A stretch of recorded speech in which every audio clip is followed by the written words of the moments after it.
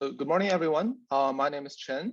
Today, I'm going to talk about our experience using GraalVM at Facebook. In particular, this talk will cover why we use GraalVM, our performance improvements, bugs we've encountered, and some of our future plans. First, a brief introduction of myself. I'm a software engineer working in programming languages and runtimes team. Our team is responsible for most programming languages used at Facebook, and my focus is mainly on Java efficiency. Before Facebook, I worked at LinkedIn and Azure Systems on some JVM-related works. Here's the agenda of this presentation. I'll talk about Java at Facebook, why we use GraalVM, our case study in Apache Spark, and some Graal bugs we saw and future plans. As most of you know, Facebook is one of the biggest global social networking companies. We have several major products like Instagram, WhatsApp, and 1.84 billion daily active users.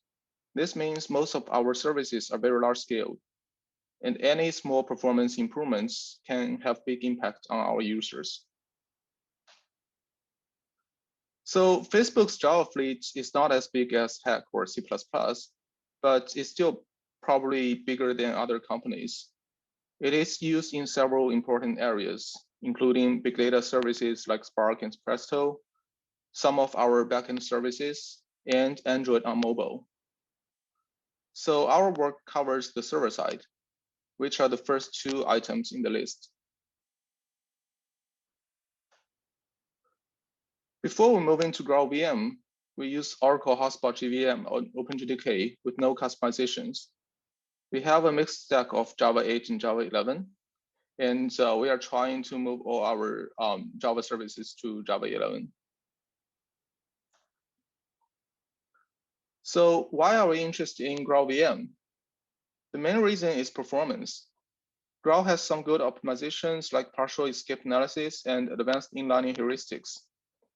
It also has more year-over-year improvements than C2, from way behind to on par or even better on benchmarks like SpecJVM or Dokepo. The other reason is that Graal's codebase is easier to learn than C2. C2's codebase is fairly old and complicated, which makes it very hard to add incremental improvements. We want to keep Graal as our long-term investment, and this is important from a developer efficiency perspective. In addition, Graal has a very active community with big companies like Twitter, Red Hat, and Alibaba. It's very easy to seek support and help from the community. So how do we use Graal at Facebook? Right now, we run GraalVM Community Edition at Facebook, and we mainly use it as a JIT compiler to replace C2. GraalVM contains other great features like native image and truffle framework. We don't have a good use case in production right now, but it could create new opportunities in the future.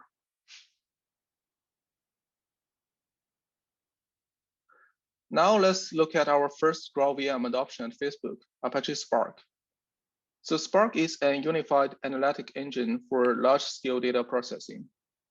It is the largest SQL query engine in our data warehouse. We run Spark on disaggregated compute storage clusters, and we have very high yearly growth rates for Spark. So efficiency and reduced cost is the top priority. We began our evaluation in early 2020, starting with some local benchmarks and small test suites. So initial results showed good potentials to better performance, and we gradually rolled it out to production in a couple of months. During rollouts, we monitored both reliability and performance metrics, and we didn't see any issue except for one compiler bug, which I'll cover later in this talk. Performance-wise, we saw about 10% reduction in CPU usage. In this chart, the first vertical line is when GraalVM rollout started, and the second vertical line is GraalVM rollout finished. So in between, we can see a clear trend of CPU usage drop. And this CPU usage job is consistent after rollout.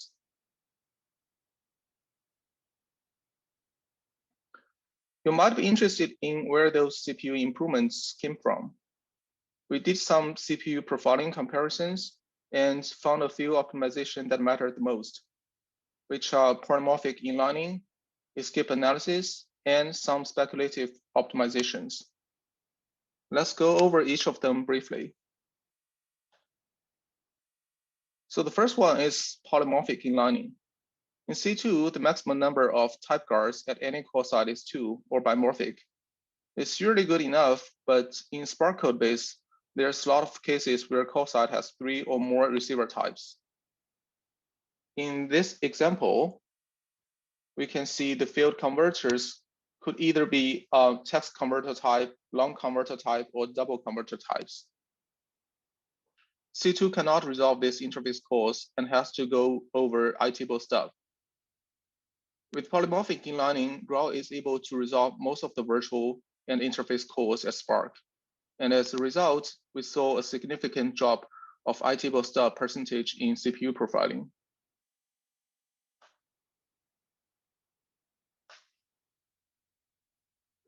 The second is escape analysis. It helps reduce unnecessary object allocations and avoid boxing and unboxing. This is very important in data-heavy applications like Spark. After switching to Graal, we saw about 5 times less CPU consumption of Java-learn double.value-of method. So Graal's partial escape analysis also make escape analysis applied more broadly within Spark code base.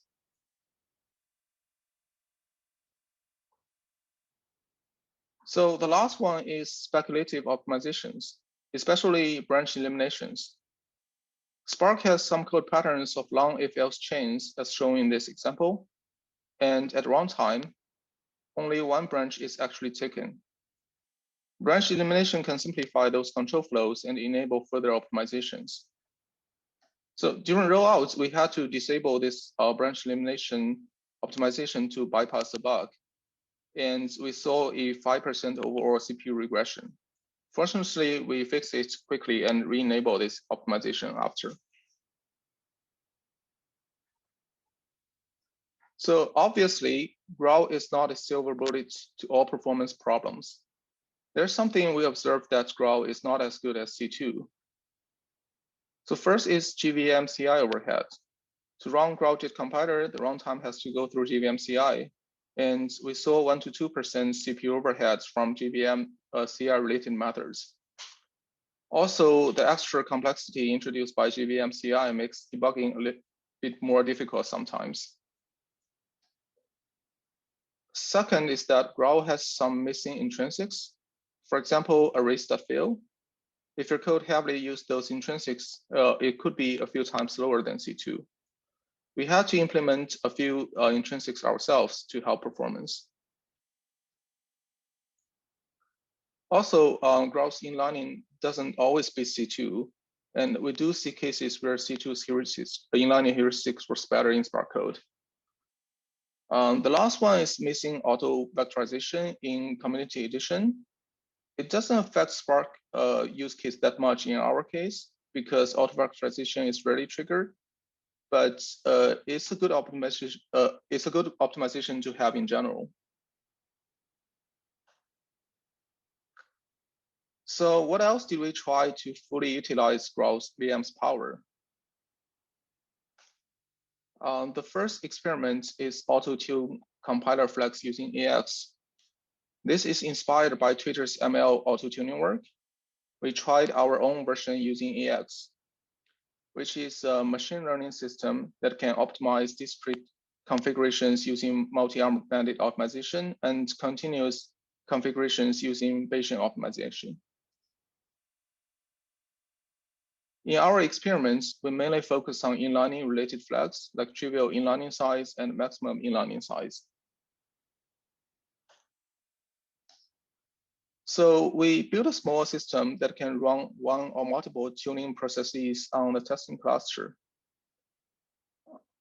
The tuning process will generate new configs based on previous runs, metrics, or initial setup. Testing clusters use those configs to run jobs and dump performance metrics to a database once it's finished. And then those performance metrics will be fed to the tuning process to generate new configs. So these steps are repeated until we converge to an optimal configs or exceed maximum number of iterations.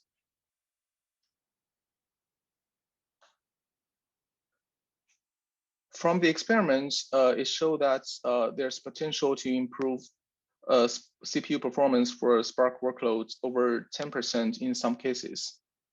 It's very promising, but not production ready yet. And we have to address a few problems in future work.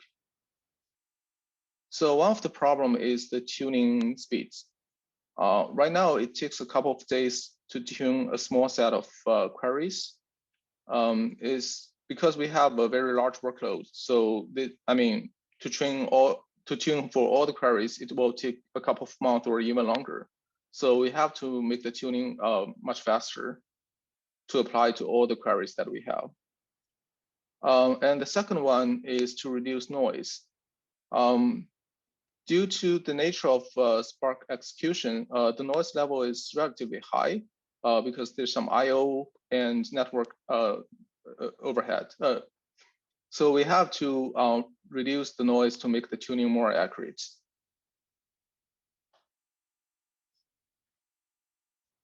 The other experiment we tried is to use truffle framework for Spark code generation. Currently, Spark generates Java source code for its SQL queries, which has some limitations. And we'd like to leverage partial evaluation for more cogent specializations based on runtime information.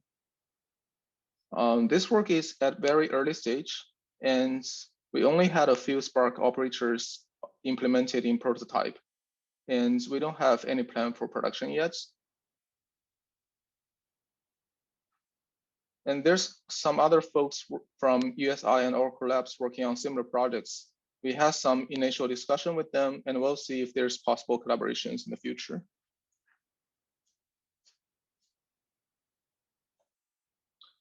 Okay, so now let's take a look at the bugs that we saw during our journey to GraalVM. The first one is the compiler bug that Graal doesn't handle signed comparison and unsigned comparison correctly when checking for disjoint conditions. And this could result in wrong if statements reordering. So here is one example that can trigger this bug.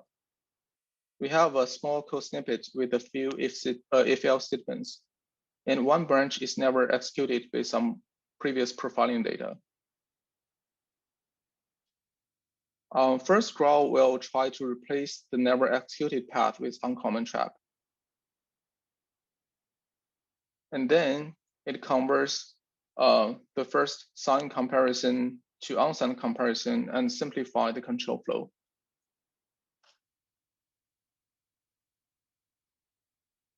Because the first branch is not a hot branch, Graal will try to reorder it. To do so, it will check if the unsigned comparison and the signed comparison are disjoint. They are actually not, but Graal always returns true for comparing signed and unsigned comparison. So we end up having the wrong order, and the second condition would never be executed. So this bug has been there for a while from early days, but is rarely triggered because it requires certain code shape and also branch profiling hotness. But we did encounter this in production where a few Spark queries generate wrong results. Fortunately, the impact is not big and the bug fix is quick. We submit the issue and root cause to GitHub, and the fix is merged in a few days. This is much faster comparing to OpenJDK bug fixes.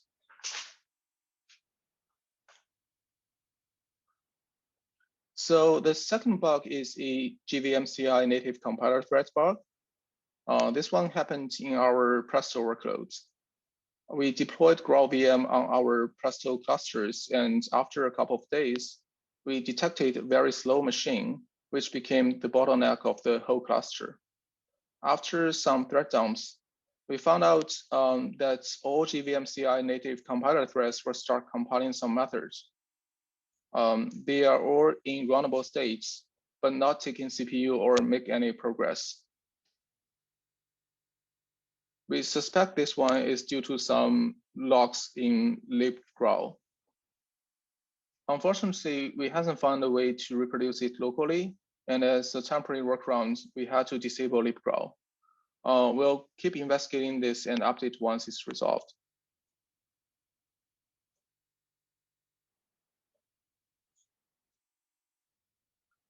So what is the current status of GraalVM at Facebook? Most of the CPU-bound services has been migrated to GraalVM. Similar to Spark, we saw about 5% CPU improvements and GC pulse reduction in Presto. Our next step is to push GraalVM to other memory-bound services, as escape analysis could potentially reduce GC pressures. But we might need some support for Shenandoah or ZGC, as we have some services that are interested in those new GCs.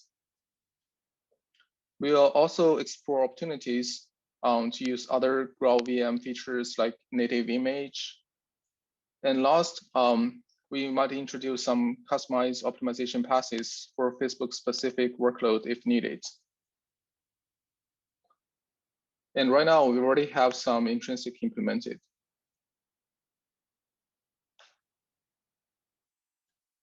And at the very end, we'd like to thank the community for support, especially folks from Twitter that are constantly sharing their experience with us.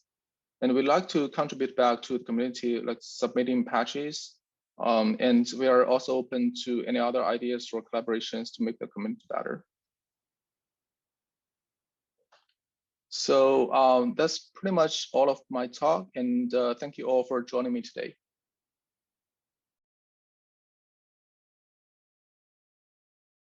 Okay, so I had a question actually. It's probably a fairly general question, but how like are you tracking the releases for Graal as they come out, or what version of Graal are you currently using at Facebook? So basically, we follow the general release from GraalVM community. So I believe there's like 4 releases every year. Right now, and so we pretty much follow all of them and use the latest ones. All right, cool. Okay, we've got a question from Francois. Do you want to unmute yourself, Francois? Sure. Thanks, great talk. Great to see that GraalVM is used at such large scale at Facebook. You mentioned the missing intrinsics like arrays.fill. Did you report that back in an issue or to the GraalVM team? And have you seen other, because you say, for example, arrays.fill, so have you seen other missing intrinsics there? Yes, there's a few, and we did report that as a GraalVM issue in the GitHub. Yeah, I think there's some other like security related intrinsics missing as well. Okay, like, thanks. That's probably something we can address fairly easily, I guess. Yep.